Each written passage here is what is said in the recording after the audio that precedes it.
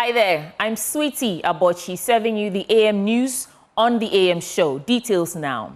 There is more pressure mounting on John Dramani Mahama's government to repeal legislative instrument 2462, which allows for mining in forest reserves. This comes at the back of government's sudden U-turn on earlier campaign promises to repeal the LI. Government has, after resuming office, put the LI before Parliament for an amendment of some clauses, a move environmental advocates have rejected. The CSOs re-echoed their position forcefully at the Joy News Nature and Development Foundation National Dialogue yesterday. And James Aveji gives us a wrap of the night. The controversial legislative instrument 2462, passed under the previous administration, grants presidential powers to approve mining in forest reserves. Before the 2024 elections, then candidate John Mahama vowed to revoke the law. But in a recent policy shift, the president now says his government will only amend it. On March 20th, 2025, a legislative instrument, LI 2462, was presented to Parliament to amend the Environmental Protection Mining in Forest Reserves Regulation.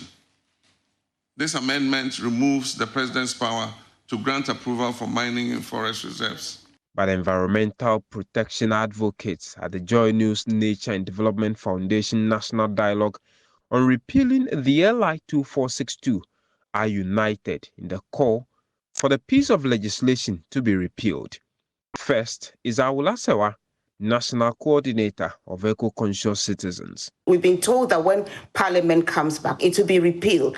And we believe that this is going to be the case. So I would like us to move the argument. LI 2462 is a bad piece of legislation. Right. I used to call it a perverse piece of legislation. It is, we believe, going to be repealed. Her position was echoed by Daraboso of Arocha, Ghana. The amendment coming from the government, as it is for us, is a total departure and actually completely shocking. They were with us, standing with us, and rallying behind us and moving with us on the call to actually repeal this LI. Countless occasions on record. So for them to turn around and make certain excuses, I see them as excuses to amend, does not really satisfy the political promise that was made. But of course, some participants hold varied views. If we have issues to do with people going into our forests, people owning concessions within the forest reserves, then we must take a critical look at the provisions of Act 703. Director of Nature and Development Foundation, Mustafa Saidu, believes even beyond the repeal, regulatory enforcement must be deepened with the other mining laws to protect the forests. If you are meant to take away the mining in forest reserve completely, because there are still provisions here that will be guiding the existing ones, you would by all means need to amend and then do something about this. Okay. Executive Director of Climate Voice Global, Josephine Agbeko, says the grave effects of these mining activities are glaring enough to compel government to take a decisive action now.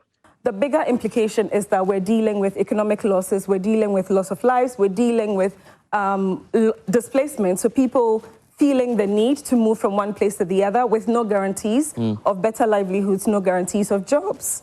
So these issues need very critical care, very critical need to look at them and need to look to develop really solutions that are sustainable, solutions that are pragmatic, solutions that are not political. Yeah. But question is, why are successive governments hesitant in taking a pragmatic decision to end the menace? Environmental journalist Erastus Asaredonko seems to have an answer to this puzzle. You see, there is a political influence to all of this. The law enforcement. All the people who are now invading and trying to enter our forest to mine illegally, I would say 90% of them political apparatchiks. Regional chairman, constituency chairman, and all that, who are following people and giving them the backing to go into forest reserves and mine. And that is why the government keeps saying it is complex. And that is why you find that feet dragging, because those are your people. In the past administration, we had cause to name a number of them. And the government did virtually nothing. One message is clear. Ghana cannot afford to amend her way out of environmental collapse. The environment needs protection, and that must start with the repeal of LI 2462. James Savage, Joy News. Now, the Ghana Armed Forces, the Ghana Police Service, Immigration, and all other security agencies have declared readiness to provide full support to the Electoral Commission to conclude the collation of the Ablekuma North parliamentary results. This comes at the back of a high-powered deliberation between the National Election Task Force, the Electoral Commission, and the purpose was to find a solution to the dragging collation process. James Savage again. After 5 long months since the December 2024 general elections, there appears to be some hope for the Ablekuma North parliamentary results coalition process to be completed after many failed attempts. Following the much-anticipated meeting between the Election Security Task Force and the Electoral Commission on Thursday, the police have finally declared readiness to provide the needed security. On our part, the National Election Security Task Force will deploy personnel firmly, yet with restraint. Our presence will be visible but not provocative. Furthermore, we will guard against any attempt by anyone to distort this process through threats or violence. The Inspector General of Police, Christian Tete-Yohunu's promise is backed by commanders of the Ghana Armed Forces, Customs, Prisons, Immigrations, and the fire services. The Customs Division is not going to take this thing light, the assignment. But we are ready to embrace with full attention the responsibilities that must go with this election.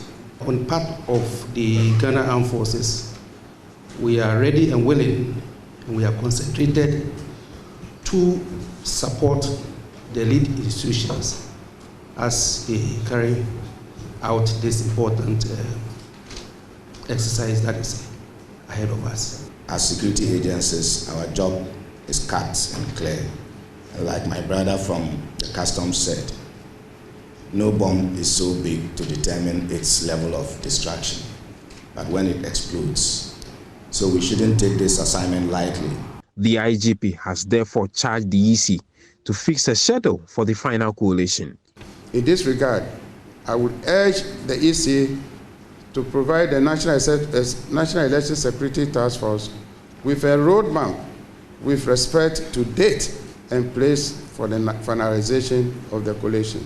Deputy Commissioner of the Electoral Commission, Samuel Tete, assures of the Commission's commitment to see this through. We hope that as a Commission, as we engage each other over here, we will actually have solutions to the challenges that we've actually had so far as the conclusion of the Ablekuma North collation process is concerned. Meanwhile, Director of the National Commission for Civic Education, Kathleen Adi, has urged both NDC and NPP to accept whatever the final outcome will be for peace to prevail. And in every election, there is a winner and a loser. There is no middle ground. There's never been. Even in the general elections, we had a winner and we had a loser.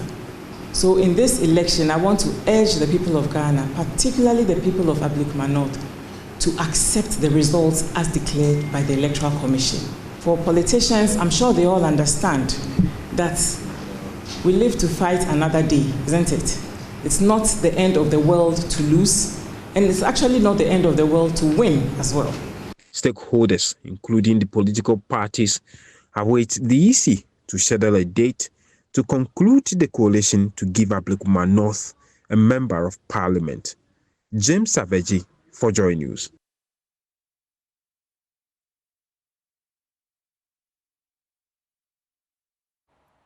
In other stories, the minority in Parliament has criticized President John Dramani Mahama's 120-day performance accusing him of abandoning the reset agenda he championed during the campaign and rather presiding over what they described as a, quote, recycled failure.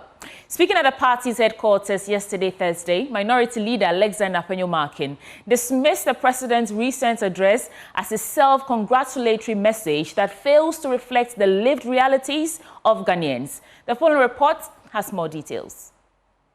Afenyo-Markin, the Minority Leader, says President John Dramani Mahama has failed on many of his promises in his first 120 days. They have accused President Mahama of abandoning the fight against illegal mining. Illegal mining has flourished under his silence. Foreign nationals caught in Galamsey operations are deported, not prosecuted. Contrary to the campaign promises, the promised repeal of the LI 2462 remains unfulfilled. The rivers continue to run red. The forests are gashed open, and the president who accused Nana Akufo-Addo's administration of inaction on illegal mining and promised decisive action offers excuses. The government's inaction on illegal mining is not just disappointing, it is a betrayal. They've also accused President John Dramani Mahama of being unable to solve the intermittent power supply, popularly known as DUMSO. From light to darkness. When Ghanaians say, let there be light, the NDC say, let there be darkness. So we have a DUMSO Pro Max. Darkness, darkness, darkness. Mr. President promised to fix Ghana's energy crisis. He accused his predecessor of failure. Although NPP came to meet DUMSO and fixed the DUMSO, yet during the campaign, Mr. President and his party rather accused NPP of not keeping the light on. But let's all be honest with ourselves. The last 120 days, we have seen persistent power outages, low voltage, and silence in the face of national inconvenience. Another accusation by the opposition NPP is that President John Dramani Mahama has launched an attack on the judiciary. His Excellency promised, quote, reset the faith in leaders and institutions, end quote. I repeat, His Excellency promised reset of faith in leaders and institutions. But what do we see? He has instead launched a chilling offensive against the judicial independence, attempting to hound the Chief Justice out of office under contrived pretexts while pushing through a 7 hand-picked appointment to the Supreme Court. It has never happened in our democracy. Well, the NPP is calling on Ghanaians not to buy into what they term as a self-glorification of President Mahama's performance in his 120 days in office, but look deep into their pockets and be the judges for themselves. From the NPP's national headquarters in Accra, my name is Kenneth Jesse for Joy News. The Minister for Works, Housing and Water Resources, Kenneth Gilbert Ajay, has embarked on a visit to the northern region to assess the water crisis situation in Tamale and Yendi. Accompanied by engineers from Ghana Water Limited, the minister aims to gain first-hand knowledge of the water crisis situation and facilitate the commencement of the project of the Yendi Water Project, which has been on the drawing board for some time now. Here's more. Third was cut for the Yendi and Tamale water projects by the New Patriotic Party government, but these projects never saw the light of day. During the campaign in 2024 elections, the Yendi water project was an issue that was highlighted by the NDC as a project they will work on if voted into power. During the thank you tour of the northern region a couple of months ago by President John Dramani Mahama after he won the elections, he pledged his commitment to resolving the water challenges in the region before the end of his tenure. Speaking at a courtesy call on the overlord of Dabong, the minister said his team is engaging with stakeholders to ensure the successful implementation of the Tamale and Yendi water project. During the campaign, he mentioned that before its tenure ends, Tamale Yendi water issues are going to be resolved. And I'm here to reiterate it on his behalf that it will definitely be done before His Excellency's tenure ends. Some weeks ago, His Excellency invited me to his office and had a long discussion with me as to how we will go about to resolve the Tamale Yendi water issue. So we decided also to come with our engineers to go to the ground and see what the real issues are. And when we go back to Accra, we will go and put things in place. We are doing the necessary engagement to ensure that when we come on site and we start the project, it's not going to be like what we've seen before. But the moment we come and start, we will see to it that we finish it for the good people of Tamale and Yendi. In a speech read on behalf of the King of Dagbon, Ndanyana Abukari II, by the Chief of Zangbalan Lana, Dr. Jacob Mahama said, the minister's visit confirms the president's commitment to resolving the water challenges of the region. I appreciate your addition to visit us and acknowledge the importance of addressing the perennial water challenges in Yendi Township and Tamale Metropolis.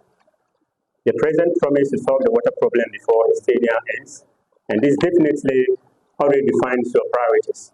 To get the project started early enough is what we are all praying for. We welcome the plan to source water from the white water for the southern part of Tamale. This will take the burden of Dalong, our only source of water for Tamale. Honorable Minister, we recognize the significance of this visit, particularly in the light of the water challenges our people face daily. We hope that your message to us today will lead to tangible solutions to alleviate the sufferings of our people. As a traditional leader, I'm always committed to working with government agencies to ensure the development of our communities. Mr. Gilbert Eje also visited the Gupenas Palace, the Lamashena, the Ablekuma Palace, and some Muslim clerics to assure them of fixing the water situation in the northern region.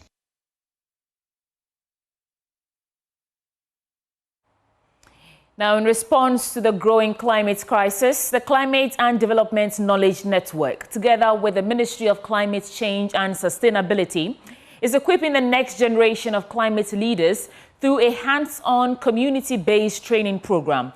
Elsie Isiedua Kisiedu has more in this report. The Climate and Development Knowledge Network, CDKN, marked a major milestone with its Climate Fellowship Program, Impact Phase Gamma. The initiative empowers youth to develop climate-smart solutions aimed at tackling both local and national environmental challenges while providing critical financial and technical support. Prince Ansah, Country Director of CDKN, explained that the program is not only about offering knowledge, but also supporting actionable change. This year, and then the previous years, we've engaged young people through climate science, communication, climate policy, project management, advocacy, and the likes. The goal here is for them to go back to their communities and engage with their community through different projects, which we are also willing to find ways to support both technically and resource and financial resources for them to implement it on the ground. The program is a joint effort between government and private sector stakeholders. Technical Director at the Ministry of Climate Change and Sustainability, Cedric Jelu, emphasized the importance of such partnership in creating sustainable platforms for innovation. One must commend the leadership of CDKN, and here I must mention Dr. Prince and my good friend Valerie, for their innovative ideas in partnership. And we do know about their partnership with Joy FM and other organizations. They have been able to tell us that alone we can go so distance, but together with good partnership, you can go far. And our office will depend on such partnership We hope to deepen it and to leverage on it for transformative and social impact. For participants like Amanda Sefako Yawetutu, a civic educator, the training has been transformative. She shared how digital tools, including virtual reality and immersive technology, have opened up new ways to educate communities like Keta, where rising floods are threatening schools and homes. I developed skills on advocacy and the use of social media to create awareness and bring change. Moving forward, I'll be implementing my Project SLE that will go forward and advocate to the pupils in the Keta community on the impact of climate change, as to why their school buildings are being washed away by flood and as to why they're kept out of school. So they're able to understand that this impact is as a result of climate change through the use of climate board games, through the use of climate clubs, as well as virtual reality headsets, so they can have first-hand, in-person experiences and understand better. The young climate leaders have been equipped to step out not just with ideas, but with plans and confidence to act. CDK ensure this initiative is demonstrating that local actions led by youth can spark national transformation. LC Kesiedu's report read to you. Thousands of school feeding caterers in Ghana have petitioned the Ministry of Gender, Children and Social Protection over the sudden termination of their contracts. The caterers claim they were not given sufficient notice despite having pre-financed food items for the new school term. Speaking on behalf of the school feeding caterers, Adizatu A. Ankra appealed to the government to allow them run out their contract. Collins Frimpong has more in this report. Approximately 34,000 caterers are facing financial distress due to a sudden contract termination by government, despite an earlier directive suggesting otherwise. The letter issued on May 2 abruptly ended the contracts, leaving caterers with significant dents and unused supplies. Speaking to Joy News at the Gender Ministry to present their petition, PRO of the caterers, Adijatu Ankra, said the contract with the government was set to expire in August, making the premature termination even more challenging for affected caterers. You can't stay calm for this debt to consumers. It's too much. We can't bear. Some of us, we can't bear. I don't know others, but some of us, we can't bear this debt. She appealed to government to allow them complete their contract and also pay their outstanding arrears. Some of us are widows. Some of us, we have orphans under us, single parents. We are pleading for him to turn back and look for us so that we should just use the items that we have bought for the third term. And after the third term, we will just leave come for the others to come and continue. Receiving the petition on behalf of the minister, the chief director, Dr. Afisa Zakaria, said the government will look into the matter. I've heard everything, so I will communicate back to her, but she says you people should remain calm. They want to sort out the issues, and then you later get to know the way forward. The Ghana School Feeding Program, established in 2005, aims to provide meals to disadvantaged school children, promoting nutrition, education, and local economic development. The program currently feeds approximately 1.69 million children, with around 20,000 caterers and cooks employed nationwide. Reporting for Joy News, Collins Frimpong. And that takes us into our business update with Benjamin Akakpo. Welcome aboard our business updates. Let's start first with our currency market for today.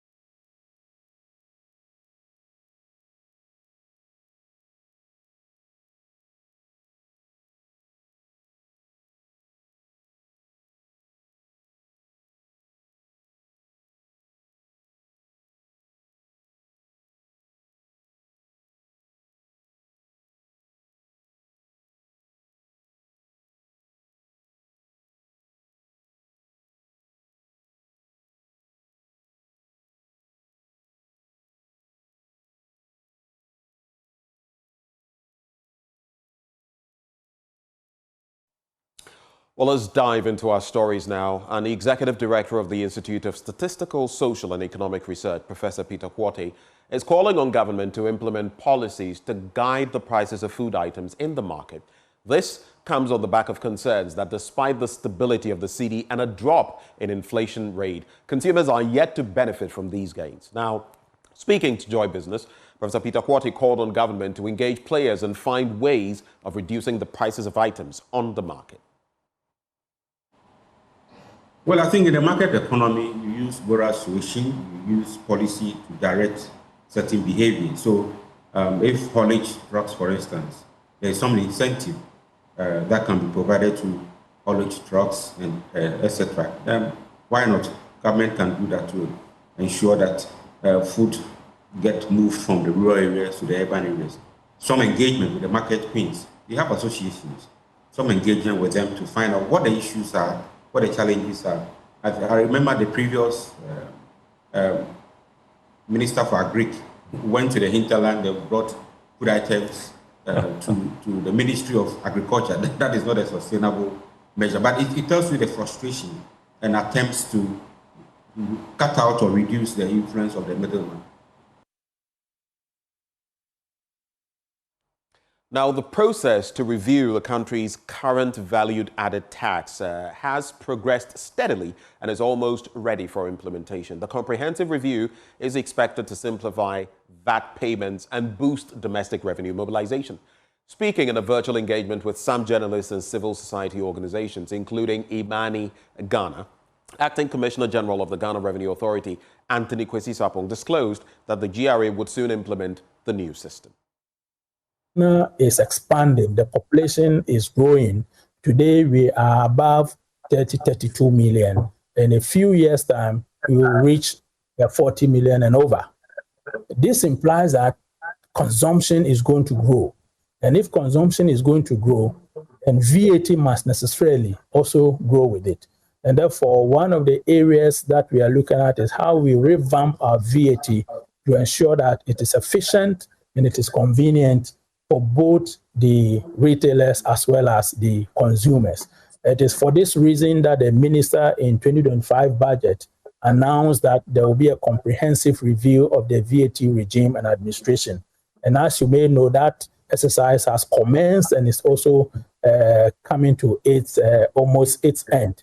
We believe that the recommendations that will be made will guide our minister to come out with the right policies. And we, as the tax administrators at GRA, will take it on and implement. And we implement it in a manner that will ensure that the VAT, which is the future taxes for this country, is really properly implemented and bring in the needed revenue. Let's check out now the prices for which the world's major commodities are trading.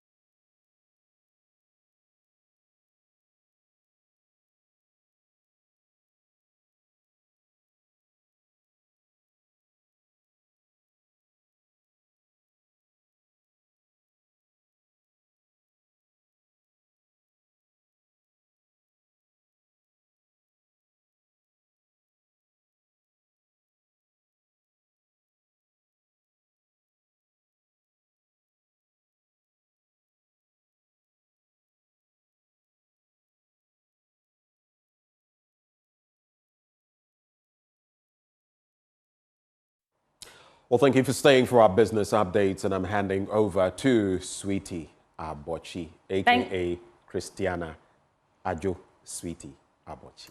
In the course of the show today, I'll bring you a picture that tells you where Ben started from. No problems. And how he got here today. I'll show you that picture today at the tail end of the show, so stay with us. But folks, that wraps up the AM News Bulletin on the AM Show. We get into our news review segment right now. Please stay with us. We'll be back on your screens in a bit.